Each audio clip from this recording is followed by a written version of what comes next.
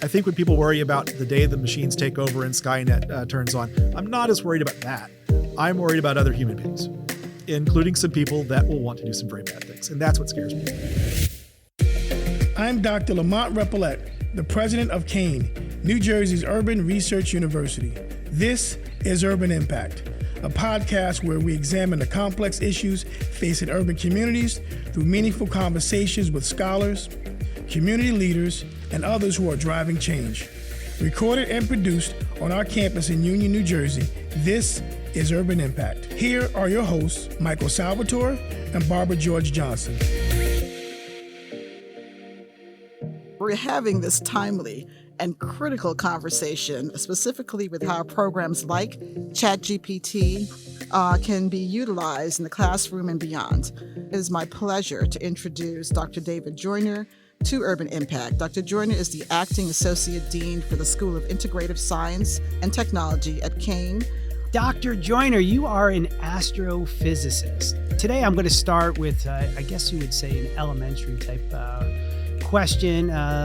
Everyone sees ChatGPT in the news. We've seen it in our email cast, on our streams, but it's trending everywhere. And I think some people are excited, some are concerned. But please break down for our listeners, actually, what is artificial intelligence? The current state of artificial intelligence, and in particular these ChatGPT models and all of these neural network models, the simplest way I can think of to describe it, something every one of our students has done when they were, middle school and high school students and college students, and a lot of us have done it at times.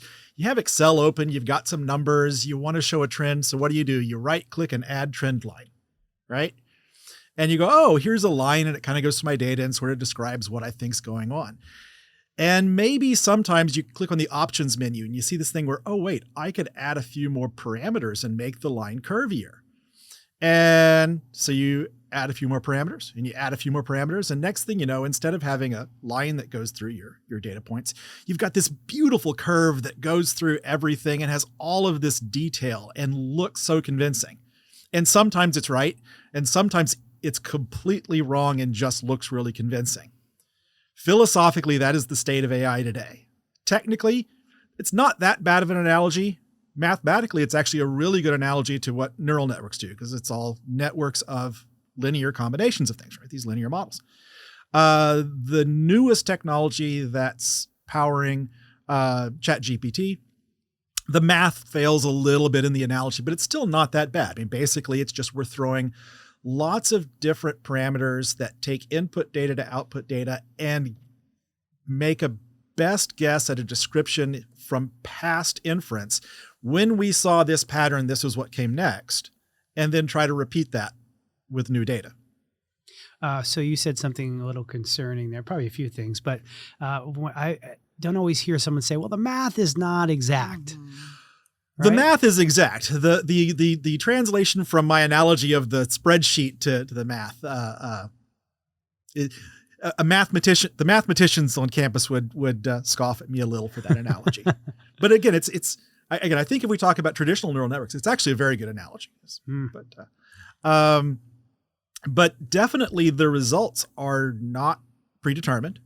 And as we've learned, you have to have some skepticism with it. So if you imagine, it's not like there aren't a lot of human beings whose their normal mode of operation, certainly me a lot of the time, is simply to kind of repeat based on things we've heard and said in similar situations and say things before we really think about it and sound really convincing and maybe be right, maybe not. So we should expect that if artificial intelligence is modeled after human intelligence, the same sort of failures are going to be there, right? So we see that, right? We see that machines trying to simply follow past patterns and sometimes being really convincing and sometimes not, are not that different from humans following past patterns and sometimes being convincing and sometimes not. So let me ask, David, how much of a game changer in education, higher education, do you think this is? It's interesting to me to hear you speak of the neural pathways similar to human neural pathways, right? And how we think about computational science. Is this an advancement of that area of of educational interest. How is this going to change the game in computational science? And also, I think the concern of some of us is, will the computer become smarter? And so instead of just looking at the trends, will it start to sort of be able to create its own sort of pattern? I think in terms of where the technology is and questions people have on how much of this is hype. On the technological side, this is not hype. This really is something revolutionary, and it goes back to the creation of the technical piece, what we call a transformer, that's powered to this, has moved artificial intelligence along in ways that are advancing very fast. The degree to which it impacts the way I think a lot of people will be able to do their work is definitely can't be understated. And if to me, I think back to the web, right? And I remember being a grad student in 93, 94, and I was kind of the go-to person in the lab if you needed to find something out there in the web. This was before there was Mosaic. This was before there was, there wasn't the World Wide Web as we knew it. So, like if somebody needed to go out and search the FTP servers and find something, go find Dave. He can get it for you. And the first time someone showed me Mosaic, I was actually asking him about a different technology. Like, no, you are so far behind the times.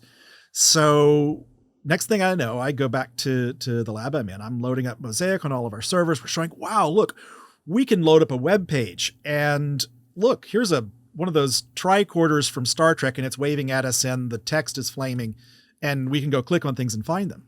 And if you think about how fast that went from we can have moving pictures on a web page with some links to the degree to which internet changed business to business transactions, how we find information, how we search for information, how we communicate with each other. We're on, I think, that same kind of change that right now, large language models are at that point where suddenly everyone can get at, and there's a nice, easy interface the way there was with Mosaic, with the web. And people can say, hey, I want to take this thing I was going to write, but I want it in haiku form. And isn't that fun? Kind of like the flaming web letters and the waving Star Trek symbol. But just as fast as that went to business to business interaction and, massive data-backed websites that built themselves on the fly, we're going to see the same thing with AI, with these intelligent agents that allow you to replace searching through other people's answers and other people's information for on the fly having a custom answer to your questions created for you. One of the areas where we're seeing this right now as a massive takeoff, I mean, you see the tech sector adopt tech changes real fast. So GitHub had its code copilot, and we saw the code models with OpenAI. And people are using ChatGPT to write computer code.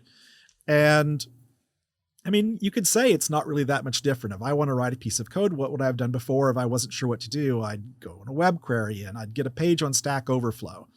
And somebody else would have an answer to someone else's questions that I could take and then make it work for my problem. And maybe the version control would be right, and I wouldn't have to spend too much time fighting with that.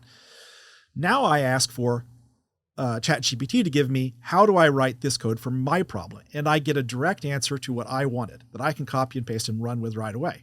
Just like Stack Overflow, I might have to fix some things, but now I can go back to ChatGPT and say, hey, you had a syntax error. Can you fix it for me? Why? Thank you for pointing that out to me. Here is your new code. So that sort of customized response to query, where you're now getting an answer to your question instead of seeing answers to other people's questions. I think that I don't think that could be understated. But it sounds like you would still need that human contact to be able to really put it in context and be able to understand when there needs to be a tweak or when something is not just right.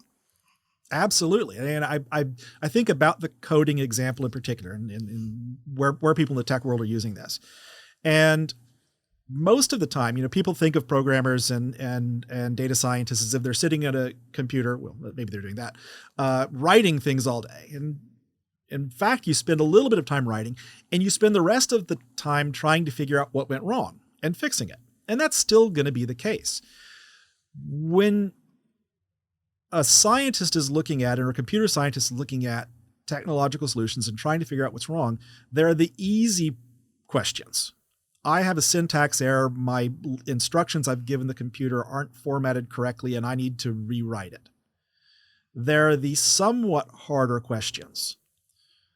The computer can't tell me what's wrong, but I see that the results are wrong. The program is crashing. The results are obviously wrong.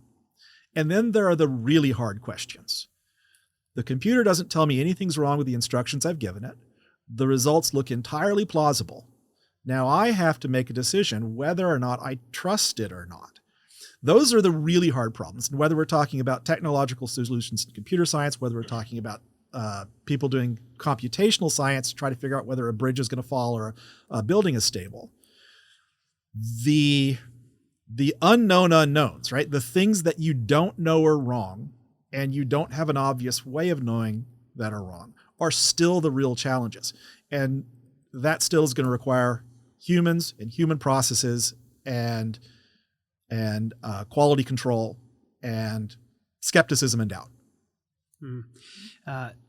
This week, I was fortunate to share some time with you on an AI panel where I was able to hear professors here at the university talk about how they can embrace the artificial intelligence in the classroom. And we walked through different disciplines. So I saw a math professor up there talking about how he's using it. And I just remember thinking to myself, sitting in Calc 3 many, many years ago and saying, wow, if I've had this tool, my entire undergraduate experience would have changed. But then they walk through education professors sharing how they would use it in their classroom. And I was intrigued. And the last was exercise science, where a full regimen, even meals could be identified to, what you want to improve about yourself physically. But let's talk about science a little bit. Because you were up there and you started to, and this happens with times we think with astrophysicists, they start to use vocabulary and terminology very quickly. And you're like, well, can you back up a little bit? So I want you to back up a little bit today in terms of, tell us, how will STEM students experience AI in the classroom, or how will STEM faculty utilize it or embrace it in the classroom to make the experience something that's extraordinary, not something necessarily that looks like when I sat in an undergraduate seat many moons ago? So there's some things that are going to be true for all students, whether they're STEM students or not. Summarization. I have this thing I need to read and I need to interpret it and understand it, and I'm having difficulty with it. So let me paste it into this tool that can help me analyze it. And hopefully what this leads in the long run to is students who can analyze things better because they're guided along their own process of doing this. I know there's concerns about, does it take that ability away? But I think those are fears we've had with other technologies in the past that have not come to fruition. The specific thing that I always think about that might be different for STEM students and other students, or might be different in how you apply it in, say, social sciences, is when you start getting into analysis of data. So the example that we gave that I gave on that panel discussion was, let's say a student has gone into a chemistry lab and has done a titration. Basically, this is an experiment where you drop a little bit more acid into a solution. Maybe it's water. Maybe it's water into acid. I need a chemist to tell me that. I'm a computing person. I'm a physicist. Gravity is 10 and pi is 3. But as you start changing the properties of the solution little bit by little bit by little bit, eventually the pH changes. And so you want to understand how concentration and pH are related. And typically this is represented by a curve that starts flat, turns up, and then flattens out again at a higher level. It's a logistic or a sigmoid curve. So teaching students to understand how to take that data and find that midpoint, right? How have they done it in the past? They've drawn lines. They've tried to do things with higher levels of detail. They have to sketch things out. They have to understand it. But really, if you've got the computer as a tool, what you'd want to do is have the student set up a model fit. We model this as this logistic curve. We have this data. But that's a big jump for a student, particularly a student who maybe isn't coming in with this computational science background, to say, oh, I'm going to go in and I'm going to do model fitting of my expected model to the data. But it's a really simple thing to ask of ChatGPT. That was the example I had was, let's assume I have data and it's in this format. Write me the Python code to do this. ChatGPT is lousy at math, but ChatGPT is great at code. And there's a lot of code that's really good at math. So it's not that hard to say, use the tool that's good at language to create the language that I need to solve my problem. So we did that and set it up. And as things you saw in that thing, so we had a real-time video of that was pre-recorded, but still it was 3 minutes start to finish from sitting down, typing the question out, and having interpreted plots in a Colab instance with, things that can be downloaded and used for a student. So the idea that you can have this intelligent agent that you can go from asking, here's my data, I kind of want to understand how to interpret it, to give me the tools to interpret it, to here's my answer that I can now go use, and do that in a matter of minutes. I think that's huge. And we want to train our students to have that ability to do this, because not only does it help them get to their understanding faster in the classroom, it's the skills they're going to need when they go out in the workforce, because they're going to be expected to do this in the workforce later.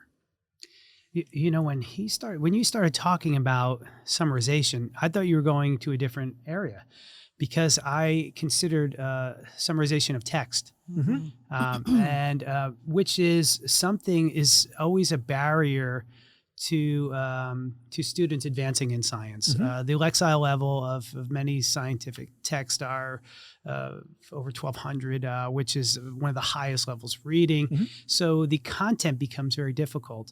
And this is not to extract the text, it's just for summary. But I know there's many students who will read and say, I don't understand what this just said. And then they do the same thing again. I'll read it again and I'll read it again, but they're still not pulling out the key points. If you're using ChatGPT or any generative AI, it essentially could summarize it for them and then allow a reverse mechanism to read, to summarize, and then go back and find those points on how it was summarized, so that there's better understanding, which might increase the number of students that are attracted to science, because we do see an issue in that area, particularly with young girls as they advance through elementary, middle, and high school. So really interesting take on that. Thank you. Yeah, I'm sorry. I was just going to say, and while I don't want to overgeneralize to all STEM students, but the science heavy students sometimes are not always the best at reading and writing, right? People have their strengths, and if what you really like is math and code and scientific ideas, that's not always the same person who reads and writes extremely fluently. And then you throw in the large international community and the science community, who are coming in where English is not a first language. And so having, this intelligent agent that can work with you in your own language, help you to understand things in another language, but also help you with this process of reading and writing in a field where reading and writing isn't the goal. It's a means to the end, is a really great thing for education. I would think that in higher education, particularly as young people come into their first year of college and we're assessing them, that differential learning is a critical area. And so the opportunity to be able to assess, what are some of the tools that we could use to assist them in their goal, if their goal is to be a scientist, right, as opposed to something else. So, it looks like we're looking up when it comes to AI, right? I just think about careers. Conversation. Barbara, we sometimes, particularly in the sciences, we sometimes lose the next great scientist because of the content in the class and the understanding of the material. And whether they be an international student or a student that's lived here learning English as a second language, I think we may be able to capture and keep those great minds in there. And I always think about the Malcolm Gladwell book where he talks about, I forget which book it is, it might have been David and Goliath, where he talks about, the big fish in the pond. And you go to one of these top 10 schools and you're sitting in a classroom and you suddenly realize for the first time in your life, you're not the smartest person in the room. And then you start to feel this insecurity, this inadequacy. And then you say, oh, well, maybe I won't be pre-med. Maybe I'll be an attorney. And, the world's got great attorneys, and no shame to that. Certainly add to that list. But we may have missed out on the next best person in medicine because maybe they didn't necessarily understand the full content the way they could with the tools that exist today. Well, I'd like to sort of pivot a little bit and talk about from STEM to STEAM, right? So we've been focused on the education of those individuals who might be focused heavily on the sciences, but we know that we've expanded the understanding of education to be comprehensive, and we talk about STEAM now. So the arts are a part of how we look at the comprehensive education process. But I know when it comes to AI, and particularly ChatGPT, there's a concern about whether or not it is the human aspect of creativity that will go into the arts and entertainment, or whether it be this artificial process that sort of, again, is taking bits and pieces of original art and creating something else. So your thoughts on that, David? I come back to the idea of again, I'll go back to my spreadsheet analogy of clicking on it and getting a trend line. And again, I don't think that's a bad philosophical analogy to the way AI actually works. The newer transformer technology really is a pattern recognition technology. It is a way of mapping prior things that have happened to new things that are going to happen. And that's true whether we're talking about image generation, that's true when we're talking about object detection, that's true when we're talking about these large language models. And I don't know that that's that different from the human process. And again, I know that there's a higher level of intellectual reasoning. There's a higher level of artistic development that the average human doesn't get to. But I think for the average human, pattern recognition and repetition is not actually that different from what we do. So to say that a machine finding patterns in prior works, and it's not that they're copying the works directly, it's that they're recording patterns they see across them. Finding patterns in prior work and creating something new that is a prediction based on how those patterns have played out in the past. I don't know that that's that different than a human being sitting down and doing the same thing. And again, that's not to take away from a higher level of reasoning, a higher level of art that some people are capable of. But I don't think it's that different from the average person. So I don't know that I agree with the suggestion that what these tools are doing are copying. I think they're finding patterns. So now if you have a tool that can find patterns in prior work to make new things, you can still have a human who wants to guide that. If you just kind of go through and if a student goes in and says, I want a paper on this book that was assigned that I haven't read, and I'm not going to bother reading what's spit out. I'm just going to copy and paste it and turn it in. They're going to turn in something that's not going to get them a good grade. In addition to, it doesn't help them educationally, it's a bad decision for them. And the same thing is true with these generative art tools, right? If you just go in and say, I want a picture of a white cat, you'll get a picture of a white cat, but it's not going to be artistically inspiring. And where people are making really stunning AI imagery, the amount of work that goes into crafting the prompt, this idea of prompt engineering, of all the things you have to do to be very specific about what you want. Now maybe you didn't spend 4 years learning how to craft the perfect brush stroke to make that painting happen, but you still have to have someone with a real vision of what they want to see. And my guess is for a lot of artists, having that vision of what you want to see is just as much of the skill as, what paint to use and what brush stroke to use and how to make it happen on the canvas.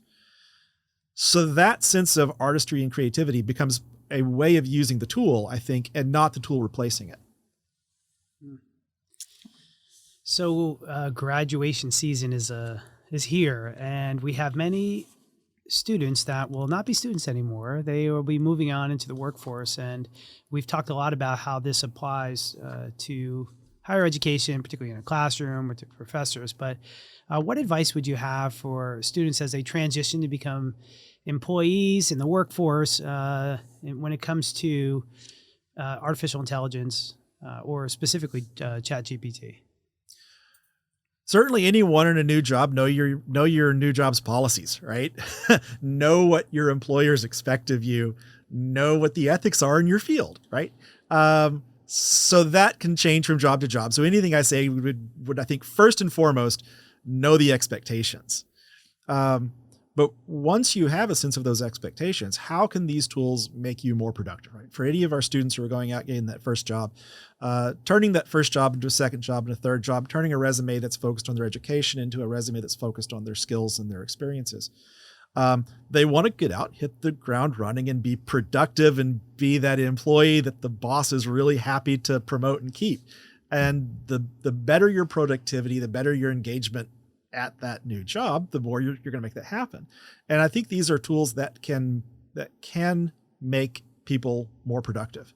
And I think in any job, having a good understanding of what the technological skills are you need to do, whether it's just knowing how to get the font you need in Office to make the document you're creating in the right format that your boss wants, or knowing how to accomplish certain tasks in a certain way. Any extra technological agent that helps you do that, use it and use it to its fullest extent. Because that's, I think, where the real future of these tools are in terms of workplace productivity is intelligent agents to work with you, not necessarily a replacement or again, they're not human. They large language models do not make judgments. Right. So the need for humans are still going to be there, but a human who is incredibly productive because they use these skills and can show they have these skills are going to be more employable and more valuable and to their organizations, and be able to find new and better positions and grow in their field. So, David, let me just ask a question about your thoughts on AI. What is the temperature of AI for you? Are you extremely excited and see the positive aspects of AI, or are you a little concerned, and maybe concerned about the extreme way that AI can be used, or the direction that we could go in, given our concerns about the web in general right now? Both. I'm very excited about the potential that it has for increased productivity and for changing the way we learn and work. And again, the idea of intelligent agents that can give us the answers we want directly is really powerful. But I'm really scared of how it gets used in the wrong hands, because it also means that humans with ill intentions now have tools to make themselves much more productive. People who want to gain information and steal identities, who are using technology to try to trick people out of their private information, can now do so more effectively. People who want to learn the skills to set up the computers to help them do that can now do so more effectively. People who want to generate misinformation can do so more effectively. People who want to create fake imagery can do so very effectively. So I'm not, I think when people worry about the day the machines take over and Skynet turns on, I'm not as worried about that. I'm worried about other human beings. If we have this game-changing technology that is going to make all of us able to do things we couldn't do before at a pace we couldn't do before, that means everybody has that, including some people that will want to do some very bad things. And that's what scares me about AI. Thank you for listening to Urban Impact, a podcast produced by Kean, New Jersey's Urban Research University. Subscribe, rate, and review wherever you get podcasts. For more information, visit kean.edu/urban-impact.